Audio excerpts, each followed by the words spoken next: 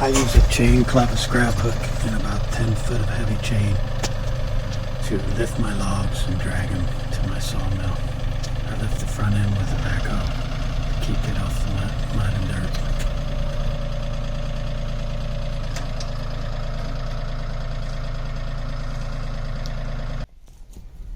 I drag the logs to a place uphill from my sawmill. Then I roll it down to the sawmill with gravity, and I use ramps and a cant hook to roll the logs up onto the sawmill using my steel toe as a chalk. You don't want to do this method with huge logs. It's obvious that as the log gets bigger, it's going to be harder to handle, and with a big log it could roll you over. But I really don't need huge logs for my timber frame home. I'm not building a huge timber frame, so I try to keep my logs manageable, not too huge.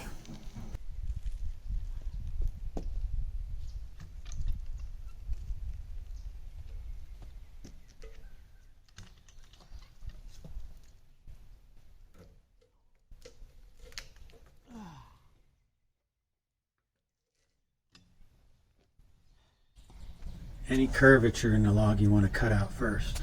So you want to make sure that the curvature is perpendicular up and down, and you want to shim the side closest to the blade and the end of the log furthest from the blade, so that there's an equal gap between the steel of the mill and each end of the log, so that you're not losing too much of the log. Okay, what I have here is a crude drawing of a sawmill and a log, and you see I have the curve of the log going this way. I've exaggerated the curve of the log, because if I had a log that was this curved, you could see the sawmill is going to cut right along this dashed line that I drew. In order to make it straight, I'm going to lose this much log from here to here, and I'm going to lose this much log here from here to here.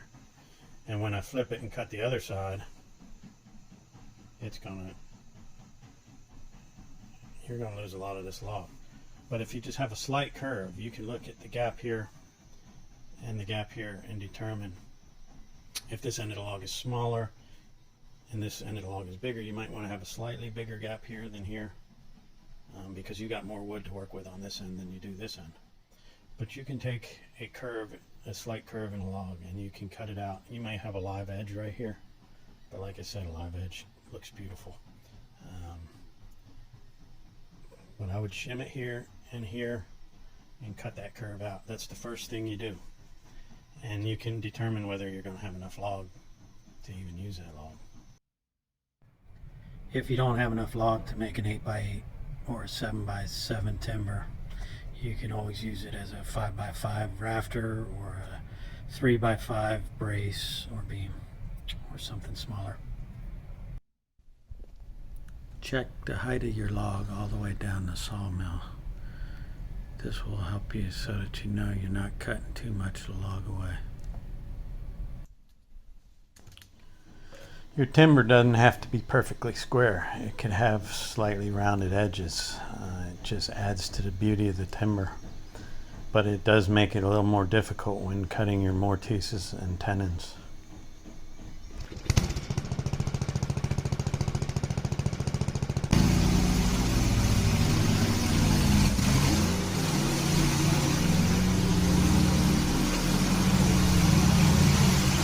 Take your time when pushing your sawmill through the log. You don't have to go real fast. Take it easy. It's easier on your motor and on your mill if you take your time. And if you push too hard, you can cause the belt to twist, and you can cause it to throw the blade, and have all kinds of trouble. So don't push it too hard.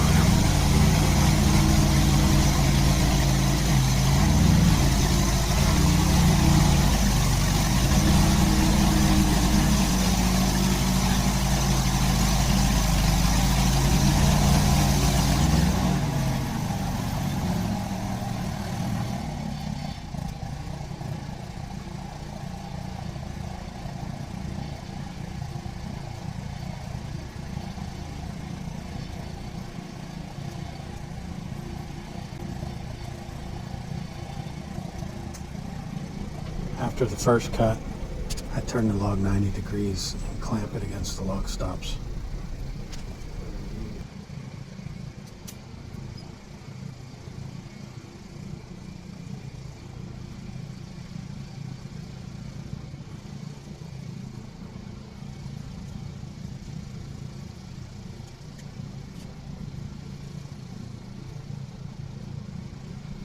The log stops are set up 90 degrees to the horizontal of the sawmill. So I know my next cut will be exactly 90 degrees from my first cut.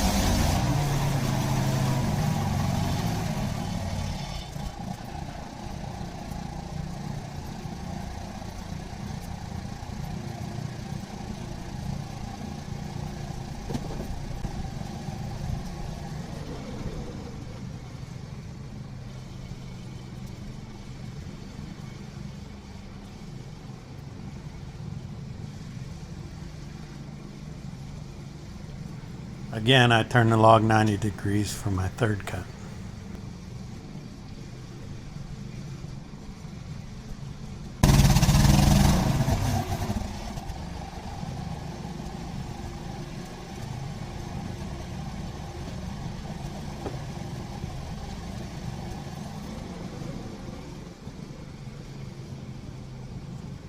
I turn it 90 degrees for the final cut.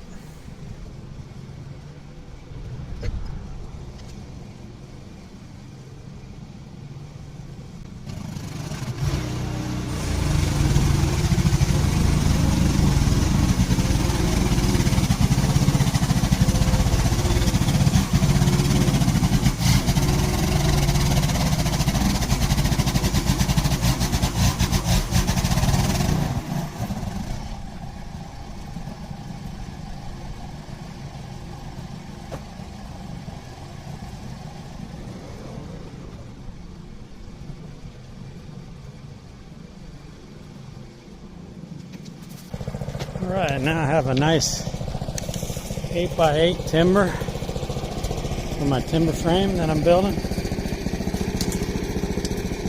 8 inches by 8 inches. And I like these live edges here on the corner. It's going to look gorgeous from the inside of the house.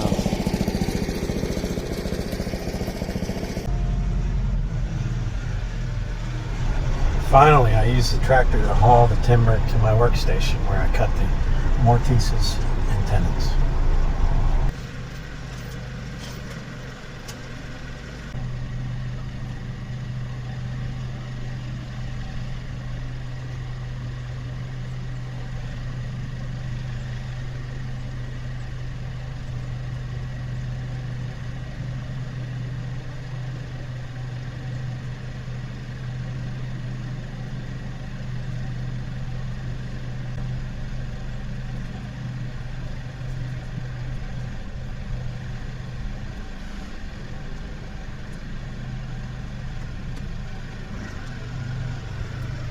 Thank you for watching my video. Please help my channel out by liking, commenting, subscribing, and sharing if you like. Thank you.